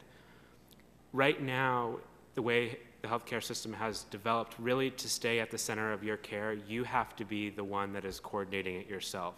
And mobile apps have allowed us to do that. We're able to hold in our hand the electronic record now, because of something like the Meaningful Use program, of Medicaid providers in maybe several different hospitals, several different specialists. And that not only is comforting to know that you have access to this information, but it's also very valuable because sometimes when you go back into a care situation, it's for a very critical reason. And having this information will help you and your provider and your care team get to answers much faster. Thank you for that. I was a father of 3 boys and 3 sons, and I was amazed because they were so intelligent. They could count. If they didn't count 4 eyes, they wouldn't go back to sleep. I thank you. I yield back my time. Chair, thanks, gentlemen. Now recognize the gentleman from Virginia, Mr. Griffith, for 5 minutes for questions. Thank you, Mr. Chairman. Appreciate that very much. I've gotten the sense from some of the questions that somehow this is a partisan thing, and I don't think it is. And so I'm taking a step back. I'm not sure really where that's coming from. But I think that it's very interesting as a lawyer and learning all this medical stuff, and I thank you all for educating me. But it seems to me that that the real question is, and what everybody seems to have agreed on is that we as Congress need to make sure there's a framework that then you can put the complicated, does this fit, does that not fit, into that framework. Is that, am I correct in that, Dr. Midas? Absolutely. Dr. Smith? I might add, if you'd let me, I think that if we risk over-prescribing this framework, and I think at some point there's a role for not drawing the sharpest of line, but to give latitude to the bedside, where the patient and physician can decide whether technology is appropriate in use, as opposed to trying to draw one line for the broad population. And I think we all want to see this technology being used. It's great stuff, and whatever we can do to encourage folks to use it. But I do think there is a difference if, in the case of the picture of a mole, if the mobile app is actually running it through a computer and telling you it's cancerous or not cancerous, then yeah, I want the FDA looking at that. If the mobile app is getting that to an expert doctor to take a look at it, I don't see that as being a medical device, and if there's a problem with the diagnosis, and I would think that Mr. Waxman would appreciate this, there are a slew of trial lawyers who would be more than happy to help you figure out what you need to do next if there's a misdiagnosis. You know, so I think we go from there. I am concerned that the FDA sometimes tends to be slow, and if we've got something that doesn't fit the norm, obviously if it's something serious like the app is making the decision on whether or not that mole is cancerous, yeah, I want that top thing. And I kind of like the framework that you pointed out, Dr. Midas. If we don't have that kind of a framework and they decide to review everything, wouldn't you all, and I guess I'll ask Dr. Midas, Dr. Smith this question, and Mr. Bialik and others can chime in if they wish, but isn't there a real concern that the slowness of the FDA, particularly if we're looking at something that just transmits the data, can actually slow down innovation in this area where we really want the innovation to go forward? Dr. Smith? So, you know, as a practicing cardiologist, I would often get records to make decisions based on transmission through a fax machine, and at that time it was difficult to tell the difference between a 3, a 5, and an 8. And so one could make wildly different decisions based on that communication transfer, which no one regulates. Now that we make it so crisp and so clear and so error-free, now I don't believe is necessarily the time to regulate that particular flow of information. I think the market has served the need in this case, and so that if it's really just about transmission of information, it's difficult to see, even though that information may be clinically relevant, that that's necessarily something that requires FDA oversight. It's funny how sometimes people can interpret old rules with new technology and get it wrong or get a different answer. In my law practice, if I had a book, I got taxed on it. If it was a disc, it didn't get taxed. If I could subscribe to an online site, it didn't get taxed. But if it was a book, by golly, I had to pay a tax on that book. Let me ask this about the smaller creative entrepreneurs, Mr. Bialik. Bialik, thank you. In your opinion, if the FDA is successful in classifying all these medical apps, those particularly that I know we're talking about data, are essentially data as medical devices, do you think that might discourage some of the app makers to go into something that's easier to get their capital back out or a quicker return on their investment? Absolutely. The threshold for a blockbuster app is gigantic now. I mean, it's millions of dollars. And so even to get the investment now to it, let's say you're going to develop it beyond just in your garage and have a large-scale launch, the concern that you'll have the potential for, or if it's known that you'll have additional regulation on top of that, cuts out the bottom line. So there's an investment side to it, too. So they're more likely to try to find the next angry bird as opposed to finding the next angry mole. Well said. And last, but I only have a couple seconds left, I'm just going to make a statement. I think a lot of us on this committee feel that the FDA is not only risk averse, but they're at the point of no risk. We don't want to approve something if there's any risk. And obviously, every human being is a little bit different, and whatever you do, there's going to be at least some risk. And so I would just encourage the FDA to work with you all, and hopefully we'll pass that framework that you want and get it done. Thank you, sir, and I yield back, Mr. Chair, thanks, gentlemen, and now recognize the gentleman from Texas, Mr. Green, for 5 minutes for questions. Thank you, Mr. Chairman. I'd like to thank our witnesses for appearing today. As mobile technology has gotten more sophisticated, applications relating to health have become more complex, but also hold more potential. The possibilities of innovation are tremendous, but there's potential risk to health safety as well. Mobile applications such as glucose monitors are being sold as a way to monitor critical health issues, or other applications have direct effect on health should be regulated in a way that ensures their effectiveness and trustworthiness. Regulation through the FDA comes with challenges. The agency is oftentimes far too slow. Obtaining approval can be costly. I worry about stifling innovation and bringing an unnecessary level of regulation onto clever people with limited startup capital but unlimited potential.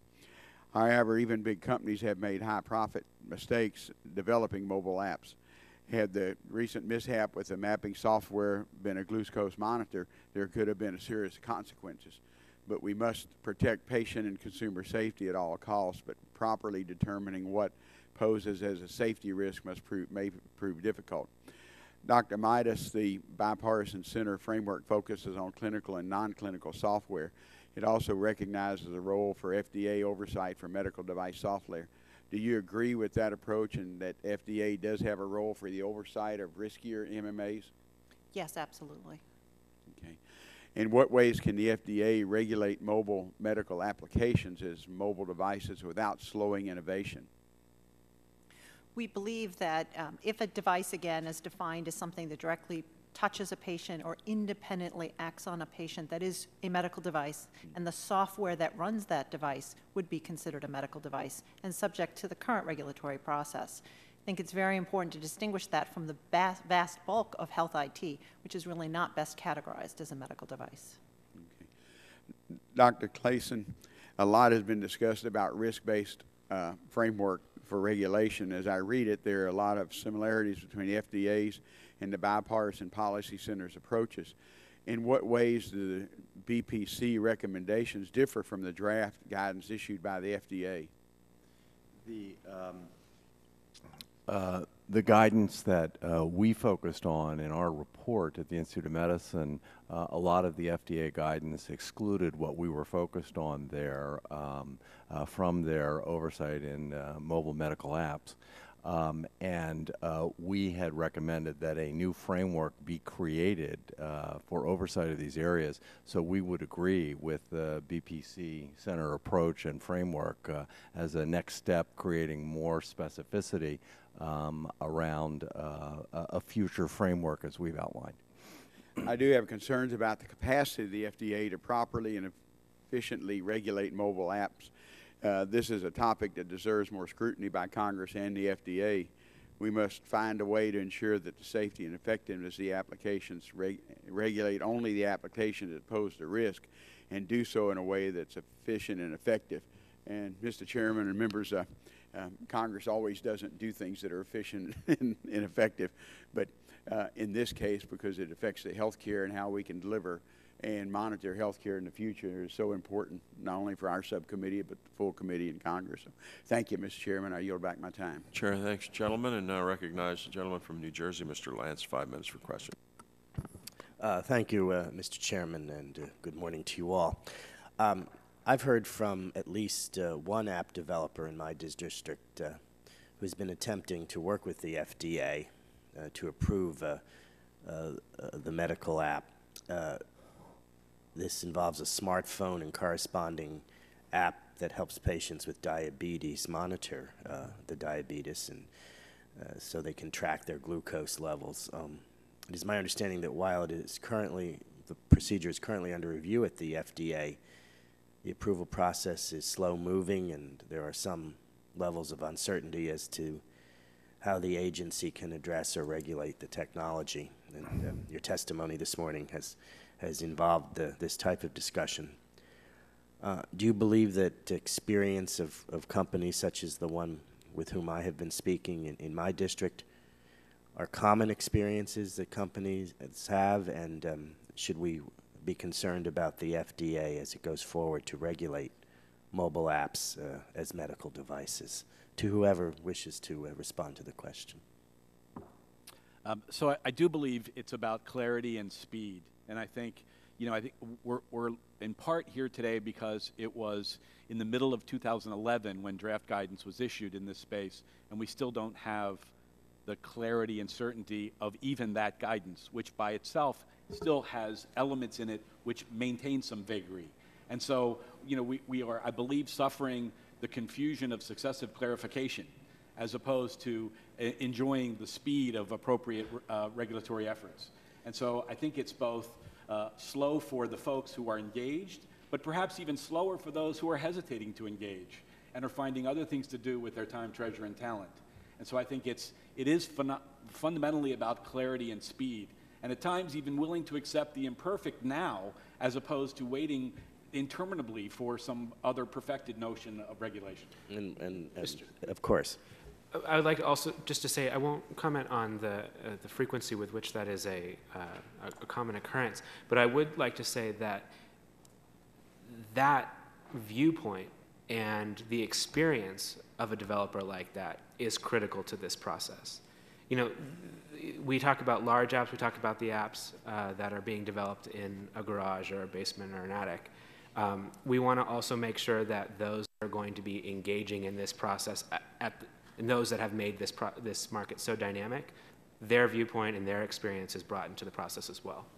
It's clear to me that this would be helpful to those who have the condition of diabetes, and this is a well-respected group and wants to move forward in a medically responsible way. What would you suggest that we as the legislative branch do to help the FDA move through this situation to benefit the American people, particularly as it relates to such health concerns as diabetes? Now, we would like to reiterate what you've just articulated so well. There is a risk, barriers to entry into this important space, the delay of important advances into healthcare. And really, we support a risk-based approach where we continue to manage devices as they are today, and then develop other mechanisms for the important oversight of health IT that is not a device. Yes, Dr. Smith. I would like to draw attention to the impact that the delay between draft guidance and formal permanent guidance provides. So it goes well beyond the current issue. The next draft guidance offered, if there's a doubt that that will become final, you will have no movement based on the draft. No companies will engage based on those recommendations for fear that that process will be again derailed. And so, imperfect as it may be, I think there's a value proposition that says fulfill that draft promise, or else we risk the notion that the regulatory cloud becomes even larger. And so I think there's a calculus to be performed here, but one that has implications well beyond the current discussion. Thank you. Let me say I do not view this as a partisan issue, and I want to work in a bipartisan capacity with colleagues on the other side of the aisle, as well as with those on the side of the aisle in which I am involved, because we want to do this in a responsible way, making sure that the American people can have access to these marvelous new portions of improving the health of the nation. Thank you, Mr. Chairman. I yield back the balance of my time. Chair thanks the gentleman, and now recognize the gentleman from Maryland, Mr. Sarbanes, for 5 minutes for questions. Thank you, Mr. Chairman. This is a fascinating hearing. When we were doing the healthcare reform effort here, which resulted in the Affordable Care Act, one of the things that I was most excited about was this turn in the direction of prevention with our healthcare system, and trying to come up with a system that is a healthcare system rather than a sick care system, which in many ways is what we've had up till now. But the promise of it is that patients can become full partners in their care.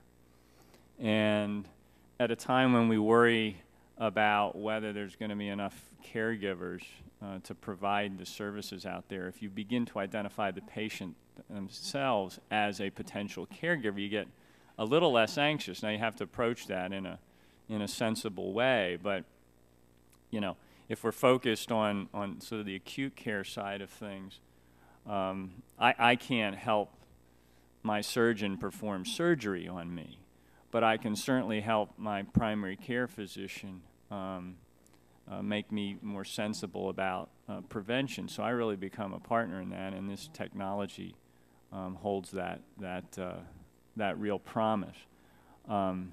There was Dr. Francis Collins, who's the director of NIH, recently highlighted the results of a mobile health clinical trial on his personal blog.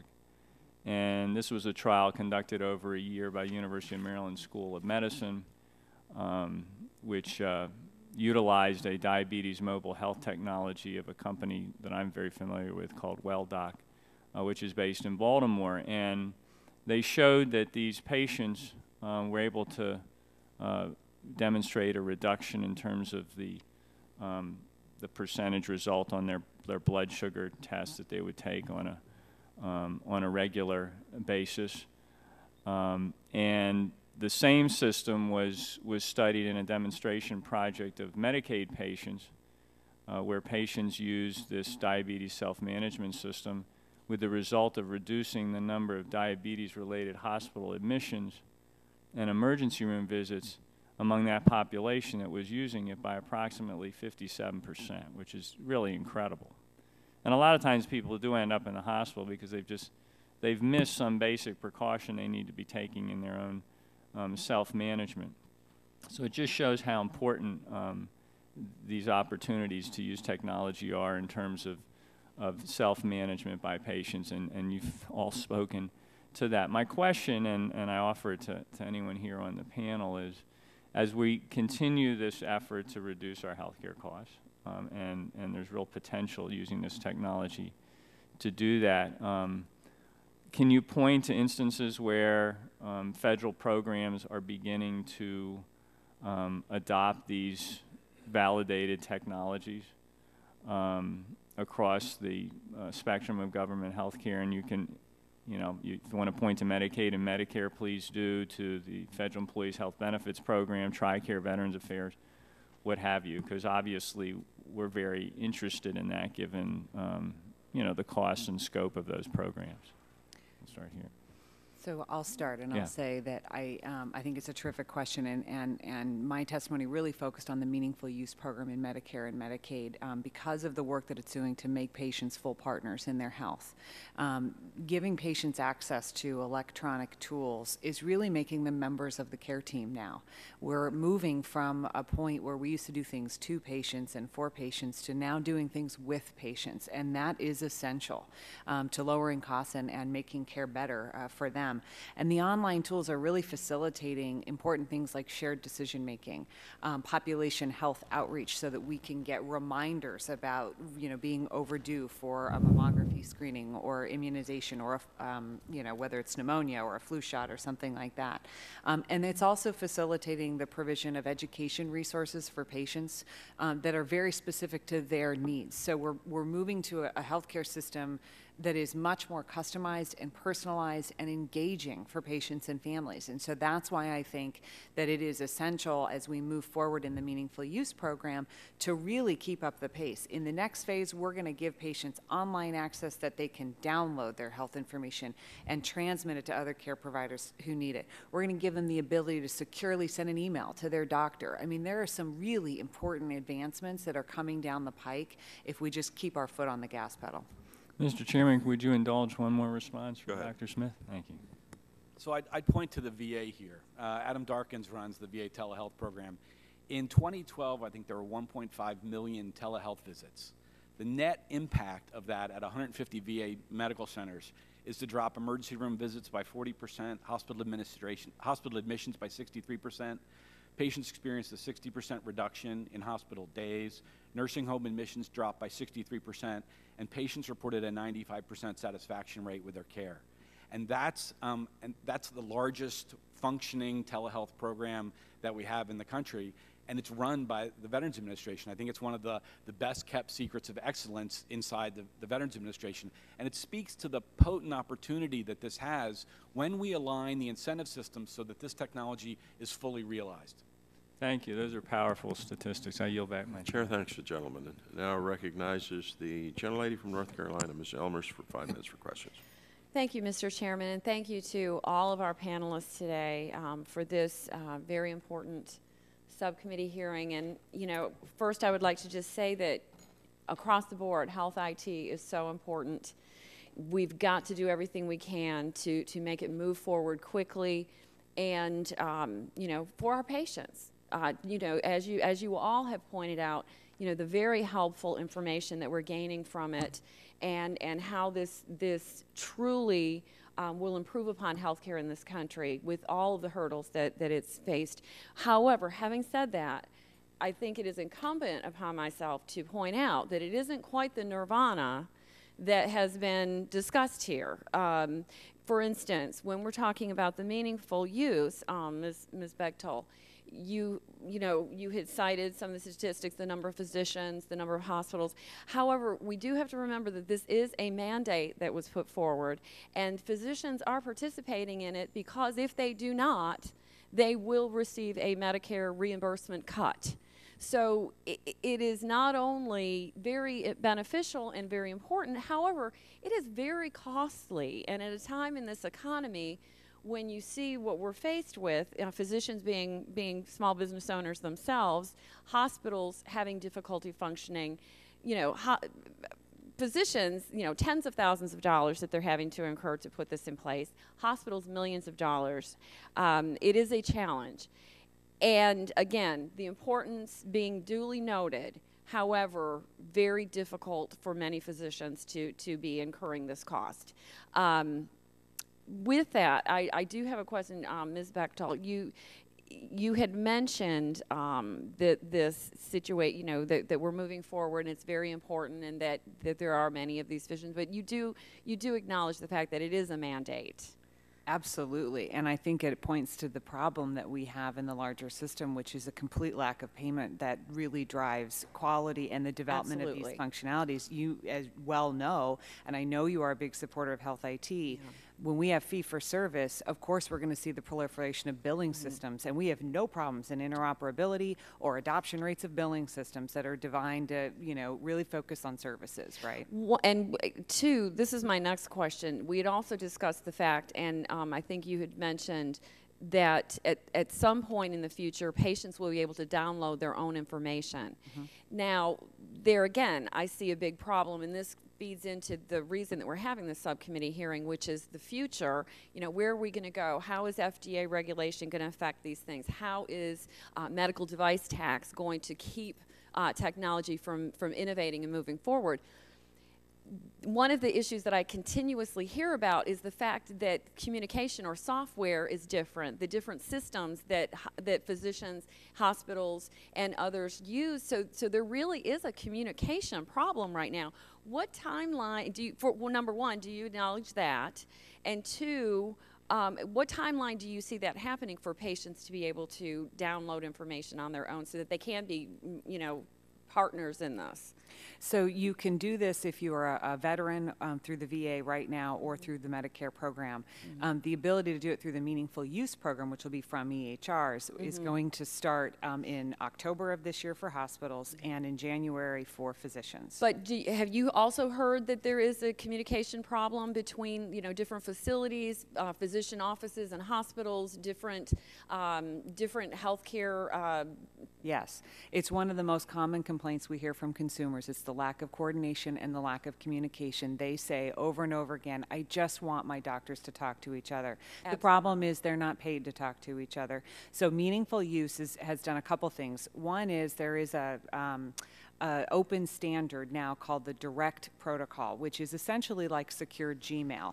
Physicians and soon patients can actually use it right now to talk to each other. So you can have a hospital send a care summary to a primary care clinician. Can I just, I only have like 30 seconds left here, and I do have a question for Dr. Midas.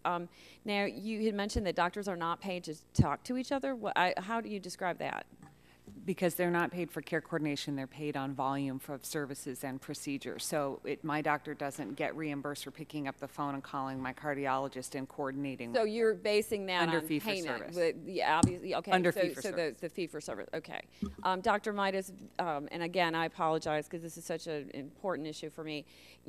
The Commonwealth Alliance that you put together, what do you see Meaningful Use not doing that you feel is an issue that needs to be addressed. In other words, where are your areas of concern and the Commonwealth Alliance concern? May I take a few moments to answer? You may proceed.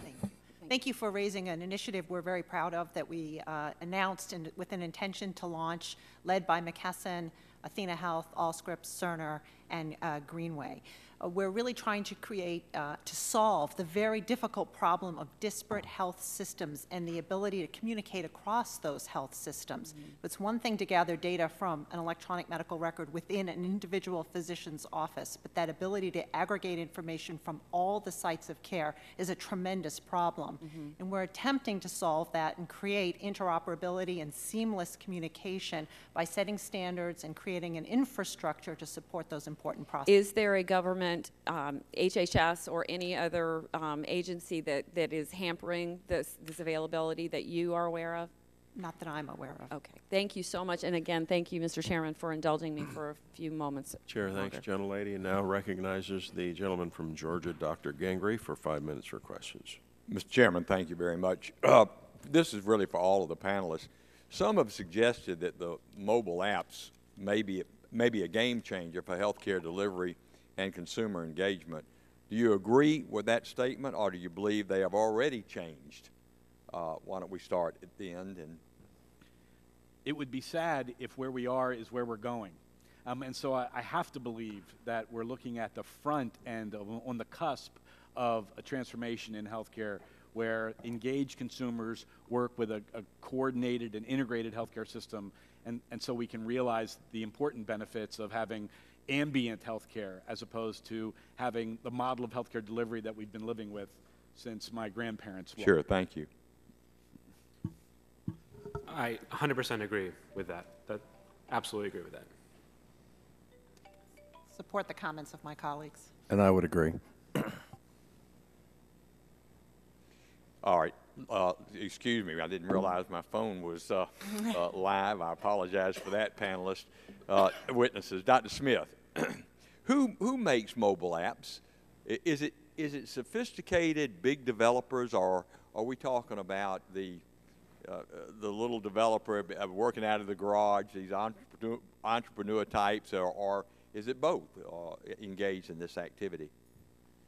So over the last 3 years, I've probably met with 1,000 companies that are interested in this space, all small, all largely unaware or incompletely aware of the regulatory framework that they're kind of naively entering, and find a bit of frustration as they realize that there's this other burden that they're not yet aware of. It's not enough to solve the problem. One must then engage a system with its own set of rules. And so it's often a fresh graduate out of a graduate school or even an undergrad who identified a problem in his family, the healthcare that they see, and are trying to figure out a way to solve it.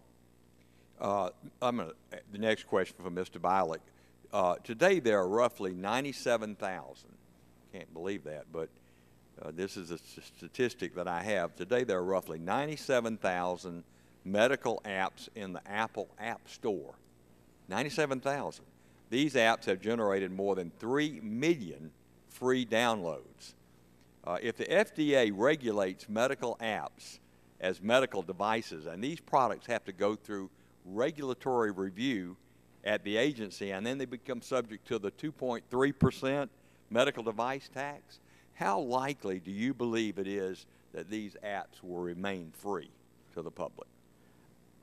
I would just say that any additional cost added to the development process is going to change the marketing approach for it. I mean, this is a very capitalist market that we've created in healthcare apps. I would say that if you're going to increase the startup cost, if you're going to recoup that cost within a reasonable amount of time, you're likely going to have to change how money is coming in. And so that's either going to be to stop offering them for free or require that end users pay for additional functionality within the app itself. Well, sure, exactly. And I'll stay with you, Mr. Bialik. The death toll for chronic conditions is a staggering number. More than 10,000 people die every day because of chronic conditions. Not only is the human toll large, but of course The economics behind it are driving up health care costs. They're harming our household and national finances. And as these costs for health care go up, more money is diverted from other programs. It's diverted from job creation, indeed from consumers' pockets. How can health information technologies, such as medical apps or electronic health records, if not classified by the FDA as medical devices, how can they address these problems, and how do we accelerate their use? So to address let's look at a really high cost problem specifically to get to your question, which would be something like dually eligible beneficiaries between Medicare and Medicaid programs. Even if you were to target a specific issue like using these mobile apps to provide very high touch care. So we're not talking about managed care, but rather we're talking about a direct way for the patient to be reminded for something like, imagine taking their medication. Some of these issues that could avoid the number of costly returns to the hospital. That's a very direct and tangible way that people can interact with their health care. That's what should be accelerated. Well, and that's the point I wanted to make to the witnesses and to my colleagues on the subcommittee. These devices, these medical apps, they don't draw blood. They don't take a biopsy. They're not invasive. They're just giving information to people in a timely fashion, and if permitted, to members of their family to know what's going on with mom or dad that's 5,000 miles away and maybe very elderly, or maybe even in a nursing home. I mean, this is a hugely important subject, and I commend the chairman for assembling this panel of witnesses and discussing this subject. So, Mr. Chairman, I thank you for letting me go over a little bit, but I appreciate it, and I yield back. Chair thanks the gentleman, and now recognize the gentleman from Florida, Mr. Bilirakis, 5 minutes for question. Thank you, Mr. Chairman. I appreciate it very much. Thank you to the panel for their testimony. I was over in VA. Apologize, but that's very important as well. I wanted a question to Mr. Smith. You mentioned in your testimony the potential cost savings benefits of telehealth. Do you believe that it is feasible to expand the use of telehealth to Medicare to effectively lower its costs? It's a simple word, absolutely. So I could go on, but we've seen the impact of telehealth and telemedicine. NEHI, New England Healthcare Institute, the VA program. There's a rich history of information, some of which I've provided in my written testimony, about the beneficial impacts not only on outcome but also on costs. And so it seems obvious that we can extend that to patients struggling with chronic disease independent of how their health care bills are paid. Very good. Thank you. Follow-up again to Mr. Smith. With doctors showing increased reluctance to accept new Medicare patients for obvious reasons, you believe that allowing doctors to use telehealth will enable them to expand their reach and not only treating existing patients, but also increase access by enabling them to treat new beneficiaries. If you could elaborate a little. Sure. I think the technology obviously enables that notion of care at a distance in ways that are much more efficient and save, in addition to the costs associated with travel, save many of the costs associated with unnecessary or untimely ER visits or doctor's office visits. But I think it's not enough to have the technology enable it. We also have to have payment mechanisms that provide appropriate incentives for use. And so I was talking to a colleague who's a dermatologist, and I asked about the world of teledermatology. And he says, you know, it's never going to take off because I don't get paid for it. I think that is an unfortunate but rational statement. Very good. Anyone else on the panel wish to comment? I'd like to just specifically on that point about taking on more Medicare providers. I think that when we talk about telemedicine, we think about it in a traditionally rural setting. So this is the idea of someone who lives in the country that doesn't have access to advanced care facility that's using telemedicine to connect to that. But especially from what we've learned from the VA around telestroke interventions, as well as a number of other occupational therapy style interventions that you're able to do via telemedicine, this is absolutely something that can be leveraged to not only improve outcomes, but save money in the urban setting as well.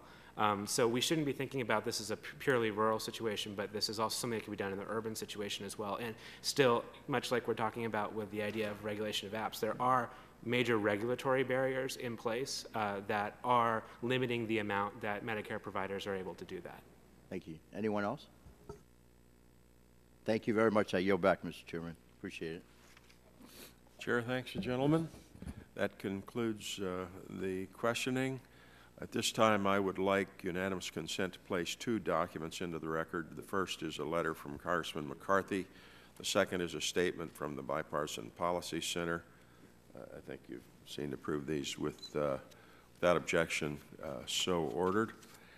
This has been a very interesting hearing, very important issue, very informative. We'd like to thank all the witnesses for taking time and presenting testimony and answering all the questions. Members may have follow-up questions. I'll remind members they have 10 business days to submit questions for the record, and I ask the witnesses to respond to the questions promptly. With that, and members should submit their questions by the close of business on Wednesday, April 3rd. With that, thank you very much. Without objection, the subcommittee is adjourned. Thanks. Oh, good.